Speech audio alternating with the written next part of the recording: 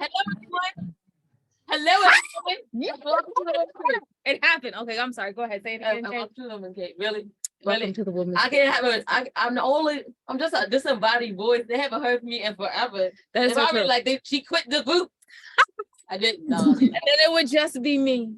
Okay.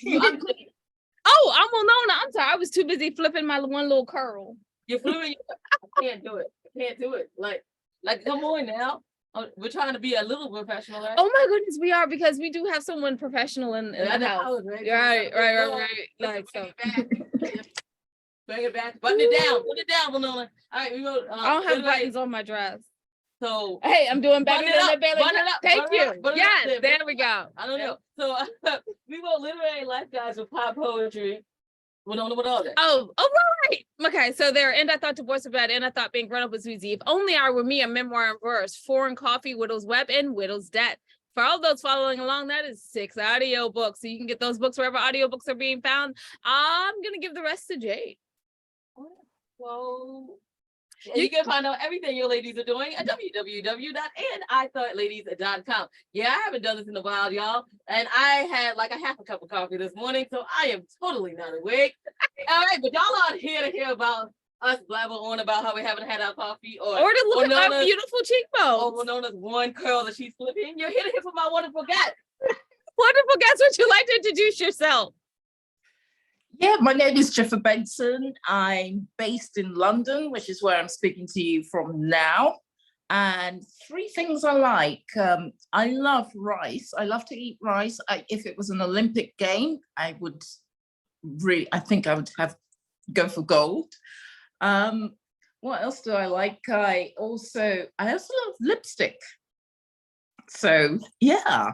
And a third thing I like is traveling. Okay. There you go.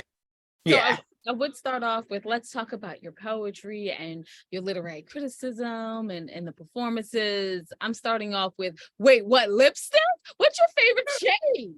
And then where do you travel? I'm definitely a red lipstick girl. I actually have to make myself wear other colors, but I don't stray from red too far away from red. It may be more like a wine colored or a pale pink color. Not pale pink, but a pink color, but it's always kind of somewhere near red. So yeah, that's the shade and I generally prefer a matte lipstick rather than a gloss. So yeah, matte just feels like it suits me better, and I feel more sophisticated with matte lipstick. So yeah, and where I traveled, well, 3 weeks ago, I got back from visiting my mum in Ghana.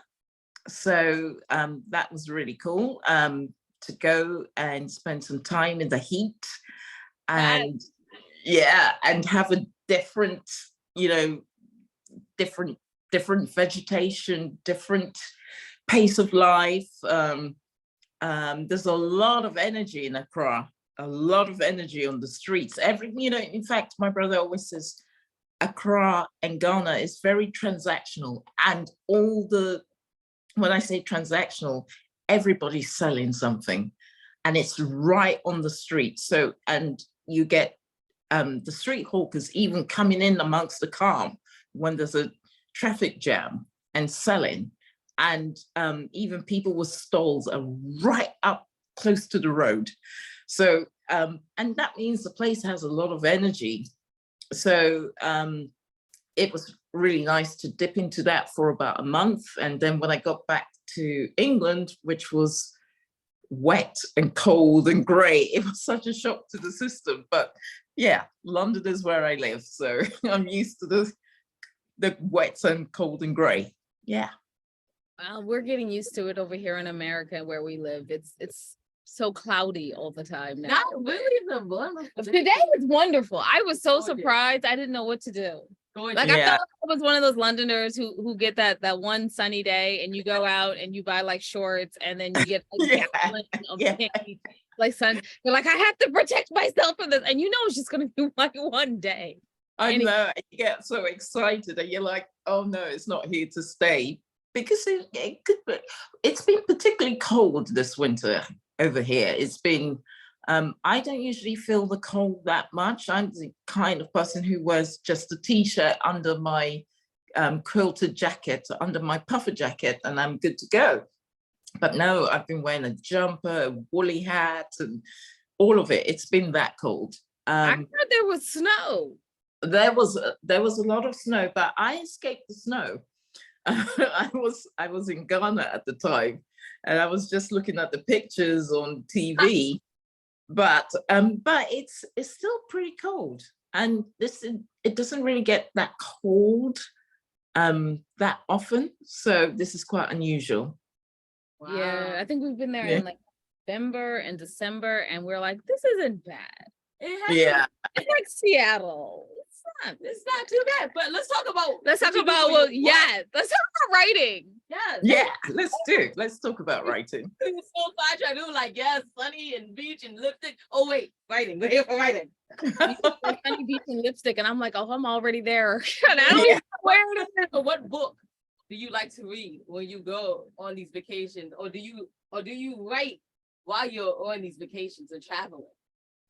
Well, I find that because I've been on this to Ghana at the same time of the year in December twice now, two years in a row, and I take loads of books. I have all these kind of good intentions to spend my day sitting in my mother's outhouse with the wind chimes blowing in amongst the flowers. My mum's got a great garden, and she's a landscape gardener, so she's got a great garden. So, I always have these good intentions, but I end up not doing very much writing. I think mainly because I always think about it as a time to have a good break, because when I'm in London, I'm here, there, and everywhere, and just being a writer. And so, going to Ghana is a good break. And I always take books with me, because I think I would be insecure if I didn't take books wherever I go, even if I don't end up reading them. Because when I'm in Ghana, it's all about family. It's all about, it's a different vibe, but it's also a vibe that I find replenishes my literary reservoir. And I'm able to bring more of that culture into my writing. So I always treat it like research trips. So I end up talking to my mom, talking to my relatives, trying to get all the stories out, talking about the mythology of the Ewa people, which is, the tribe I come from, talking about the philosophy, getting into the dances, because the dances for the Ewa people tell our migration stories. So, I think about the language. So for me, it's always like a bit of a research, kind of thing, so that I can then put it into my poetry. So I was about to say, what do you write? And now you said poetry. Exactly. Well, I write poetry, I write theatre, I write drama. I also write a lot of journalism. I review a lot of books and a lot of theatre for the Financial Times and for the Telegraph. And so, yeah, and I also do a lot of, last year I did a lot of curation in galleries and museums, yeah. And, the last one I did was for a gallery called Orleans House Gallery, and I curated an exhibition called Lines of Descent. And it was taking the collection which they have, which needs updating or it needs new stuff added. So this exhibition was a bit like a bridge between the old stuff they already have and the new stuff they want to get. And I decided to use the model of DNA, so I chose, we have 46 chromosomes in our body, 23 pairs of chromosomes. So I chose 23 paintings or artworks, and I commissioned a lot of other artists. So I commissioned photographers, dancers, musicians, other poets, actors, all sorts of people. And, you know, I got them to respond to each of those 23 works. And it was really quite amazing because they came up with little plays, photographs that responded to some of the artworks. They, you know, I worked with a bunch of young people and they came up with raps for it. I did a load myself. I came up with dramatic monologues and, you know, responding poems. So yeah, so that's the kind of stuff where it's feeling like there is a bridge between the writing and also doing all this visual art stuff as well. That's nice. Yeah, so no. Go into film because I feel like you've done everything else. The only thing that's missing is film. Well, I would love to do films, but if I would have to clone myself somehow, or I would have to have 36 hours to everybody's 24, because, you know, I appreciate that I can't do everything, but I will, you know, the plan is to write for films in the future. That's kind of where I'm headed, you know, film and TV, hopefully. So, yeah. You're definitely getting a lot of practice under your belt. Can you tell us a bit about what it's like to do, you do poetry, you do art theater, and then you do journalism. That is a different style of writing. How do you change your mindset to get ready to do journalism? What are some of your favorite interviews? Well, I think I started off doing journalism. I've always been interested in writing ever since I was a kid. I grew up in West Africa, and my family, even though my family is Ghanaian, my grandfather had a business in Nigeria, so I grew up in Nigeria for a little while. I also grew up a little bit in Togo. So, you know, in those times, whenever there was something artistic or creative, I was always there, whether it was, you know, putting together dance pieces. On the debate team, I was on the debate team. I was in the school marching band. At school, I wrote a play, you know, so I've always kind of written, but when I was getting older and more into, you know, the professional phase of growing up, I thought I would go more towards journalism. So I always had that. And for me, it's not so different in terms of shifting the style. It's knowing that, for instance, if I'm doing a theatre review, what does the reader need to know? They need to know what play it is, who's in it, where it's playing, and what you think about it. So I think about it more like that. And, you know, also,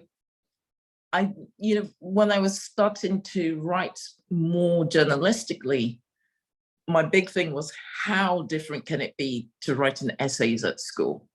And it's kind of, I get into that mode a bit like writing an essay. So there's certain things you have to do when you write an essay, and there's certain things you have to do when you're writing a newspaper piece. In terms of interviews, I don't know if you know about the poet Claudia Rankine. I interviewed her last year, which was really quite amazing. But in the past, I've interviewed, what's her name? She used to be in lots of Hollywood films. Jennifer Tilly? Yes, that's the one. How did you know that? Because I did my research. All right, that's it. Yeah, that's exactly. Yeah, that's exactly who I was thinking about, Jennifer Tilly. And I also interviewed, I used to be a music journalist, so I ended up interviewing lots of musicians as well. So yeah, I haven't done as many interviews more recently. I've done more kind of reviews and articles or features. But yeah, if somebody wanted me to do an interview, I'll do it. I think it's also because I've been spending more time concentrating on my own work.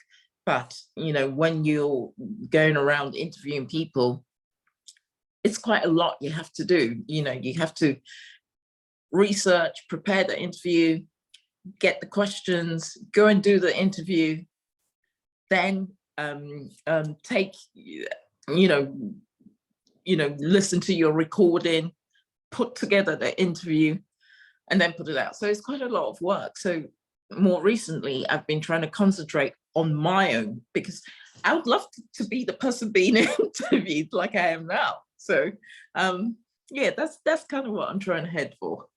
Yeah. That's amazing, and I love it. So where can people check out some of your bodies of work, read some of your poetry? Maybe if they're in England, come visit some of the things that you've curated. Oh, right. Oh, okay. So there's been a number of anthologies. I'm just finishing off my own poetry manuscript. It's been quite a few years in the making, but hopefully it'll be my debut collection, poetry collection. And that I'm literally writing the last 2 or 3 poems as we speak. I've saved all the more difficult poems for the end. But last year I was in quite a few anthologies. One of them is called More Fire. And it's basically the second installation of a book that was published 10 years ago by the poet Lem Sisse. Well, he edited it, and it was called The Fire People. So this More Fire is the follow-up. And it's basically an anthology of Black British poets and poetry. So, and it's edited by my dear friend and wonderful poet called Kayo Chingonyi, who basically yesterday just had his first baby. Well, his wife had had the baby, but yeah, so congratulations to him. But he's a wonderful poet, and he's also the commissioning editor at Bloomsbury for poetry. So he edited this anthology, and we actually toured a little bit with it. And then there's another anthology called, it's coming out on Penguin, and it is called, oh goodness, my brain's not working today. But there is another anthology coming out on Penguin. Also, I can be found in a big anthology by the Blood Axe books called, God, my brain's not working. But it's a big anthology. In fact, I'll just have to look it up and tell you. But that is one that is a bit more famous than the others, I suppose. But the More Fire, for instance, was a Sunday Times best poetry book, one of the best poetry books of the year. That's pretty. So yeah. Let me just find. It's okay, because you're gonna tell people where they can come to your website, and then they can go and get all the books. Exactly. In terms of doing in terms of galleries, I've just finished Lines of Descent at Orleans House Gallery, as I was telling you earlier, but the main exhibition has come down. But what they have done is do a mini exhibition in the study gallery there. So, and this gallery is amazing. It's in an amazing setting because it's right by the River Thames, and it's set in this woodland, and the Thames is just there. So it's a really magical setting it has as well. But if you wanted to see some of Lines of Descent, that in the study gallery, that exhibition in the study gallery is going to be there for the next year. So you can see some of my work there. I've got things coming up late. come to London. Sorry? You just giving us something to do when we come to London. Yeah, it is. Oh yeah, you mentioned Ledbury Poetry Festival. I'm going to be at Ledbury Poetry Festival doing some readings and maybe some panels this year. It's being programmed at the moment and I'm kind of deciding exactly what I want to do, but I will be at Ledbury Poetry Festival if you come along to that. Oh, you might be able to hear me on the radio on BBC Three called The Verb. And it was, I was a BBC spoke, contained strong language poet last year. And it's on The Verb. And so you'll be able to kind of, if you search the past programs, you'll be able to hear me speaking on that. I don't know if you can listen to BBC past programs over there. Yeah, I'm sure, like, go to the .com, you can do all of that. And speaking of a .com or a That's .co, fine. I'm gonna tell everyone where they can find where you. can they find you? Your website? Yes, they find me on my website and they can say hello. And I always respond, you know. And what is your website? Yeah, go to the website. January is a bit quiet. So what I'm doing in January is basically finishing off my manuscript, finishing off my play. And the play, there is somebody quite famous who wants to direct it, but I can't say anything about that yet, you know, until it becomes a thing. But if you guys want to find out and make sure if it becomes a thing, you should go to dzifabenson.com. Yes, that's it. Yeah. Yeah. All right. Thank you so much for being here with us today. And for Jade, the disembodied voice. The disembodied voice, Jade, thank you so much for joining us. So much fun. All right. Thanks, Jade. Thanks, disembodied voice, Jade. If you want to find out everything that your ladies are up to, you can go to www.andithoughtLadies.com. And while you're there, go down to the middle of the page and see the charities that we proudly support. We ask that you support them too. And since we are doing this in the UK, I would like to mention and highlight that the UK charity we support is Enough Abuse UK. So, you know, keep it local. Right, that's great. Oh, the anthology I was trying to think about was Staying Human by Blood Axe Books. I'm in there with a load of poets from all over the world, including Tracy K. Smith, who's one of my favorites from the States. Yeah. Former laureate. That's yeah. So I'm glad you remembered that. I am that glad. would be and just remember, y'all, that wisdom is all around you. You're open to finding it and accepting it. So peace and love, you guys, from Will Nona and Jade. Bye-bye. Oh yeah. Thanks for listening.